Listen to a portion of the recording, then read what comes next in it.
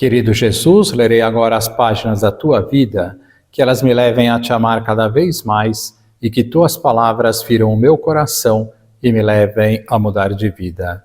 O Evangelho de hoje, o Evangelho de São Lucas, capítulo 24, versículos 35 a 48.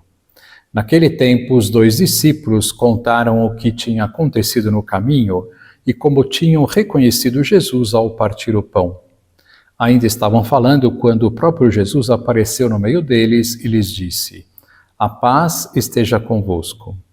Eles ficaram assustados e cheios de medo, pensando que estavam vendo um fantasma. Mas Jesus disse: "Por que estáis preocupados e por que tendes dúvidas no coração? Vede minhas mãos e meus pés. Sou eu mesmo. Tocai em mim e vede. Um fantasma não tem carne nem ossos, como estáis vendo que eu tenho." E dizendo isso, Jesus mostrou-lhes as mãos e os pés. Mas eles ainda não podiam acreditar, porque estavam muito alegres e surpresos. Então Jesus disse: "Tendes aqui alguma coisa para comer?" Deram-lhe um pedaço de peixe assado, e o tomou e comeu diante deles. Depois disse-lhes: "São estas coisas que vos falei quando ainda estava convosco. Era preciso que se cumprisse tudo o que está escrito sobre mim na lei de Moisés, nos profetas e nos salmos."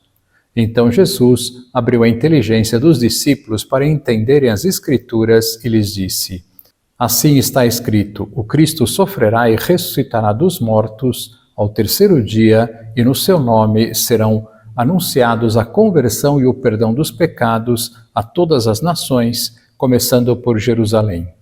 Vós sereis testemunhas de tudo isso." Palavra da salvação. Glória a vós, Senhor. Vamos olhar para Jesus na homilia de hoje e de amanhã. Gostaria de explorar uma ideia fundamental da ressurreição de Cristo, o otimismo.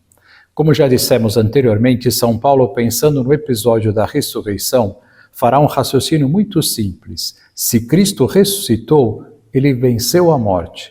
E se Cristo venceu a morte, já não há mais morte, pois Cristo transforma a morte, qualquer tipo de morte, em vida. Então a ressurreição de Cristo tem que gerar em nós um profundo otimismo. Dom Rafael Llano Cifuentes, que foi bispo de Nova Friburgo e antes bispo auxiliar do Rio de Janeiro e já é falecido, publicou um livro que tem justamente este título, Otimismo. Ele diz, em primeiro lugar, que a fonte do nosso otimismo é a fé. Vejamos. A fé não é um assunto de padres, um problema de sacristia. É um tema vital que compromete o próprio sentido da existência.